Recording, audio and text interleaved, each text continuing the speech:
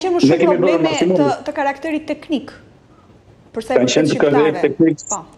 Sigurisht, por pastaj çështja e regjistrimit është mbyllur dhe fletët duke ardhur nëpërmjet DHL-s, normalisht merr një email përpara që është një postë e QQZ-s nga Shqipëria duke ardhur. Dhe normalisht vjen të tregon afatin datën, orën kur mbrin, por duhet pa kujdes që DHL-ja Express nuk është e njëjta DHL si me postën normale. Dhe mbas informacionit që kam unë dhe kontakteve që kam që më pyesin për si mënyra se si votohet, që mos të sën flenë në votimit gabim, dhe tani është diçka normale me përshtim të disa rasteve që kanë për shkruar gabim adresën ose ka munguar një numër në shtëpisë ose gjëra teknike, por në përgjithësi ka vajtur mirë. Po, dakord, ky është një lajm i mirë që gjithçka shkon mirë, por do të përmenda regjistrimin për të kuptuar se sa ka qenë interesi i shqiptarëve për të regjistruar dhe për të votuar. Ju më thatë që nuk ka qenë kaq i lartë, se kjo lidhet për arsye sepse e shohin regjistrimin dhe procesin e votimit si një humbje kohe, në kuptimin sepse janë të ngarkuar, janë në punë, apo sepse nuk u intereson, janë të larguar nga Shqipëria dhe ndoshta nuk u interesojnë të votojnë. Me se lidhet kjo, zoti Tafaj? Unë mendoj që në radhë parë është hera parë që njerëzit po votojnë në këtë formë, por nga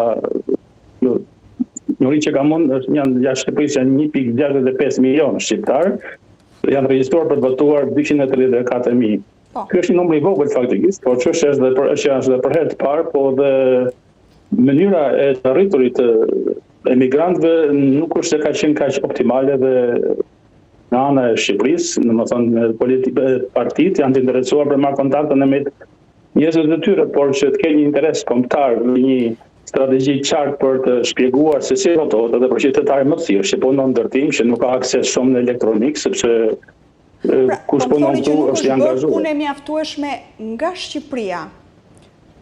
Sigurisht nga Shqipëria, drejt diasporës. Por unë dua të di perceptimin sepse ju jeni aty me shqiptarët. Pra, shqiptarët duan të votojnë? Shqiptarët janë shumë të interesuar të votojnë dhe të jeni sigurt që Shqipërinë e kanë me vete, çdo shqiptar që e ka Shqipërinë me vete, si në rastin tim kanë 31 vjet që kam ikur, por interesi për Shqipërinë është pa ndërprerje, kuptohet, po është çështje brezash, po duan të votojnë edhe do të ngjallë më shumë interesi faktikisht. Po, i duket i vështirë procesi? Nuk është vetëm procesi, por edhe ka një farë mërie faktikisht me politikën në Shqipëri. Nuk është kaq thjesht që ana teknike. Kush vjen këtu nuk voton vetëm teknikisht. Ka dhe një lidhje shpirtërore dhe një bindje politike që ata e merr me vete. Dhe për të arritur këtë, faktikisht nuk është se njerëzit urikin janë naiv, vinë këtu dhe janë naiv, dhe mendojnë që, erdhi një profesor i partie të caktuar nga Shqipëria, bëri një takim këtu dhe na mori votën. Është pak më gjerë faktikisht, naivët me sa duket tani janë në Shqipëri, nuk janë më jashtë Shqipërisë. E shohin ndryshe atëherë. I shohin ndryshe politikanët, përfaqësuesit e partive politike. Por kjo është një gjë shumë e mirë në fakt. Që ti kërkosh llogari, pra të jetë llogaridhënia në raport me politikanin që duhet të mbizotëroj. Por në momentin që u regjistruan, po votojnë, i kanë plotësuar zarfet dhe i kanë dërguar pasport në Shqipëri. Ka ndonjë merak nga shqiptarët? Merakun e marrin prapë me vete. Faktikisht është fatkeqësi që për mua na vënë ti pas 31 vjetësh akoma mendohet që ka merak se mos vjedhin votët. Është një varfëri faktikisht. Është ky shqetësim akoma.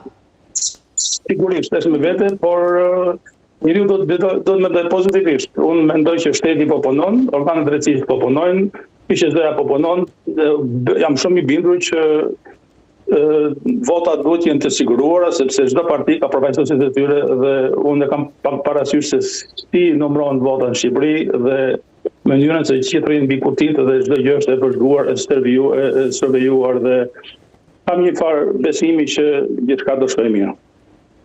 Le të shpresojmë, zoti Tafaj. Opozita në Shqipëri beson se diaspora, e cila voton për herë të parë, do të bëjë ndryshimin e madh. Do të sjellë rotacionin politik. Si e shihni ju duke parë trendin e perceptimit të shqiptarëve për sa i përket politikës në Shqipëri? Unë besoj që është vështirë për të gjejë mesatare, sepse vota është e fshehtë dhe prandaj thash perceptimi, ju jeni në kontakt me ta. Sigurisht jam në kontakt, sidoqoftë vota është e fshehtë, unë kam kontakt